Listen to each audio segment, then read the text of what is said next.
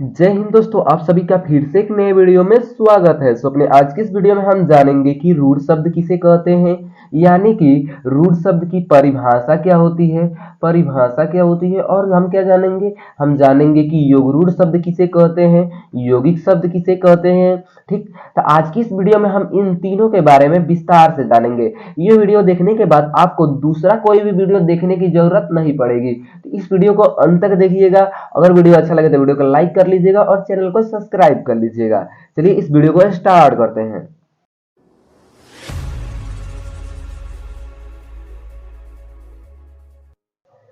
दोस्तों, हम सबसे पहले रूट शब्द के बारे में जानेंगे, यानी रूट शब्द की परिभाषा क्या होती है।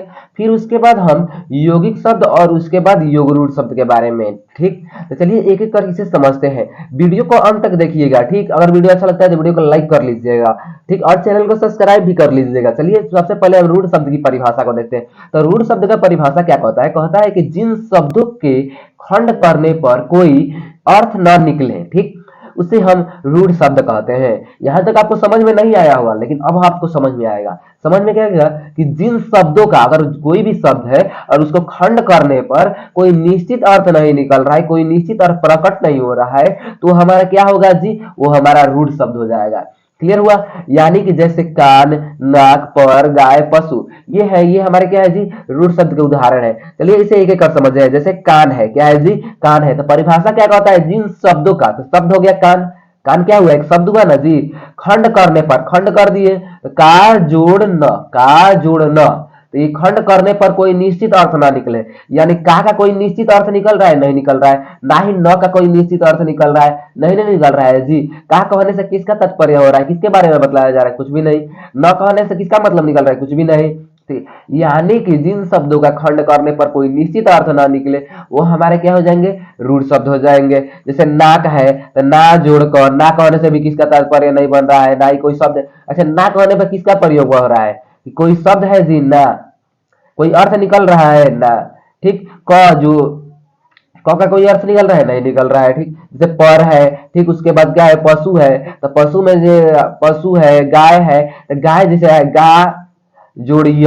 ठीक, तो गा कहने से किसी का तात्पर्य नहीं बन रहा है, ना ही यह कहने से बन रहा है, तो ये क्या हो गए, हमारे रूट शब्द हो गए। ठीक, जैसे यहाँ पर पशु है तो प जोड़ सु, तो प कहने से किसी का भी तात्पर्य नहीं बन रहा है, ना ही सु कहने से तात्पर्य बन रहा है, यानी कि हमारा ये क्या हो गए, रूट शब्द हो जाएंगे। ठीक, क्लियर हुआ। यानी कि जिन शब्दों का खंड करने पर कोई निश्चित अर्थ ना निकले, वो हमारे क्या हो जाएंगे जी, रूट शब्द हो जाएंगे। क्लियर हुआ। क्लियर हुआ ना जी। चलिए एक, अब इसके बाद हम क्या देखेंगे, इसके बाद हम अपने यौगिक शब्द को देखते हैं। यौगिक शब्द किसे कहते हैं, इसके भी परिभाषा को जान लीजिए। फिर इसके बाद ये रूट शब्द को देखेंगे। अगर वीडियो अच्छा लगे तो वीडियो को लाइक एंड चैनल को सब्सक्राइब कर लीजिएगा। अब बात आती है कि यौगिक शब्द किसे कहते हैं, यानी यौगिक शब्द की परिभाषा। ठीक, तो इसमें भी ज्यादा कुछ सोचना नहीं है, एकदम आसान तरीके से आपको बतला देंगे। एकदम देख कर आप बतला दीजिएगा कि हाँ कौन यौगिक है, कौन योग है, कौन रूढ़ है। ठीक, तो यौगिक शब्द की परिभाषा क्या कहती है, परिभाषा कहती है कि ऐसे शब्द जो दो शब्दों के मेल से बने हैं, जो दो शब्दों के मेल से बने हैं और प्रत्येक खंड सार्थक हो, ठीक, उसे यौगिक शब्द कहते हैं। यहां पर समझिएगा, ऐसे शब्द के बारे में बात की जा रही है जो दो शब्दों के मेल से बने हों। ठीक, कितने शब्दों के, दो शब्दों के मेल से बने हो, दो शब्दों को जोड़ने से बने हो, और जिसका प्रत्येक खंड, यानी उसके खंड करने पर, जैसे एक एक करने पर क्या हो जाएगा जी, तो प्रत्येक खंड का जो अर्थ निकलेगा वो सार्थक होगा, यानी एक निश्चित अर्थ प्रदान करेगा। सार्थक का अर्थ क्या होता है, एक निश्चित अर्थ को प्रदान करना। ठीक, तो क्या हो गए वो, योग रूढ़ शब्द हो जाए, सॉरी यौगिक शब्द हो जाएंगे। रूढ़ शब्द में क्या था, कोई निश्चित अर्थ ना निकले तो वो हमारे क्या हो जाएंगे जी, रूढ़ शब्द हो जाएंगे, और कोई निश्चित अर्थ निकलता है तो वो हमारे योग रूढ़ शब्द हो जाएंगे। क्लियर हुआ। यानी कि जिन शब्दों का खंड करने पर कोई निश्चित अर्थ निकले, वो हमारे क्या हो जाएंगे जी, यौगिक शब्द हो जाएंगे। ठीक, तो जैसे यहाँ पर रसोई घर है, तो रसोई घर जो है क्या है, एक यौगिक शब्द है। ठीक, अब कैसे यौगिक शब्द है समझिए। रसोई घर जो है दो शब्दों का मेल से बना है, एक तो रसोई और दूसरा है घर।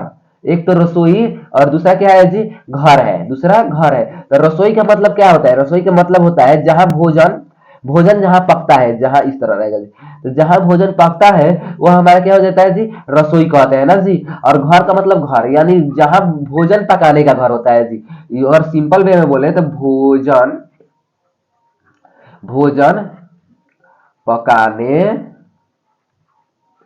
का घर।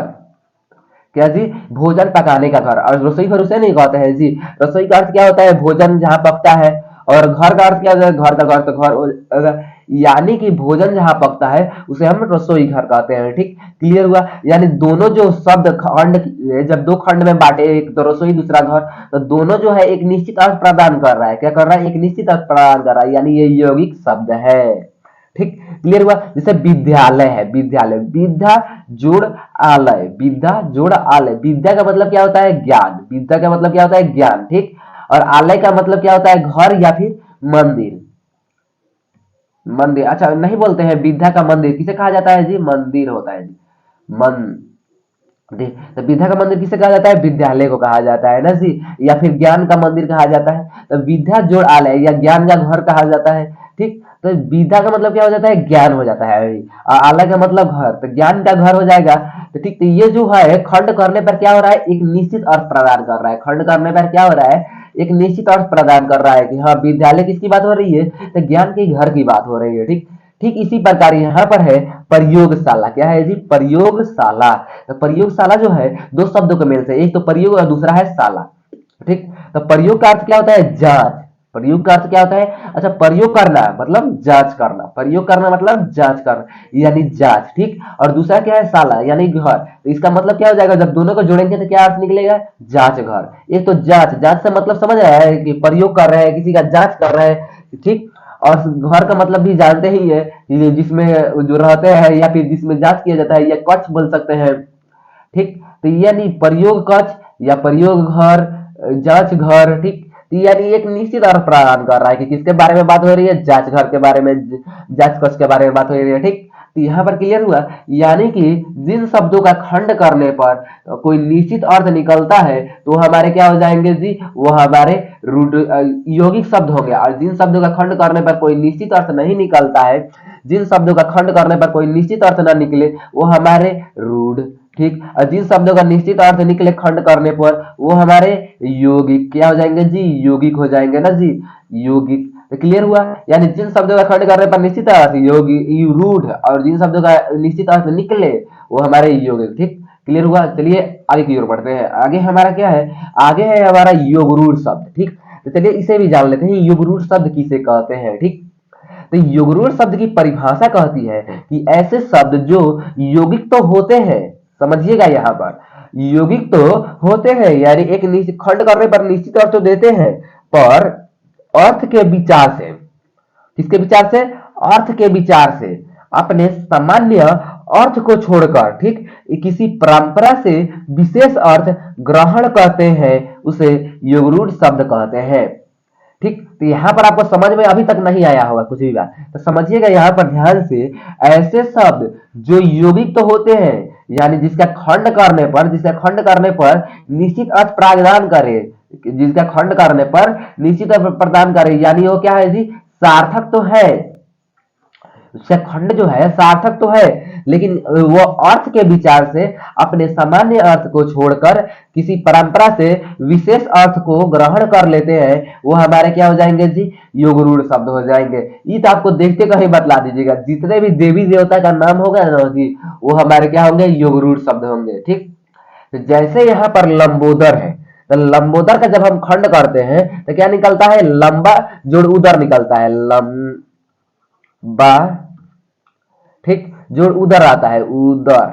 ठीक, तो लंबा का अर्थ क्या होता है, लंबा का अर्थ यहां पर हो जाएगा बड़ा, क्या हो जाएगा जी, बड़ा। और उदर का मतलब क्या होता है, पेट। तो बड़े पेट वाला कौन है जी, तो हमारे गणेश भगवान है ना जी। यानी कि यहाँ पर क्लियर हुआ कि जितने भी देवी देवता का नाम आएगा वो क्या आएगा जी, वो हमारे क्या होंगे जी, योगरूढ़ शब्द होंगे, योगरूढ़ शब्द होंगे। जैसे लंबोदर किसे कहा जाता है, गणेश जी को कहा जाता है। पंकज, पंकज किसे कहते हैं जी, कमल को कहते हैं ना जी।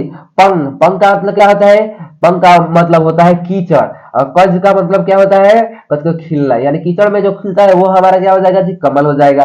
कीचड़ से जो निकलता है, जो पनपता है, उत्पन्न होता है, वो हमारा क्या होता है जी, कमल है। ठीक, जैसे चक्रपाणी, चक्र पाणी, ठीक। तो चक्रपाणी किसे कहा जाता है जी? कृष्ण भगवान को कहा जाता है, क्योंकि वो चक्र को ग्रहण करते हैं ना जी। तो यानी ये हमारे समझिए कि यहाँ पर योगरूढ़ शब्द में ज्यादा कुछ नहीं समझ रहा है, ज्यादा कुछ नहीं दिमाग लगाना है।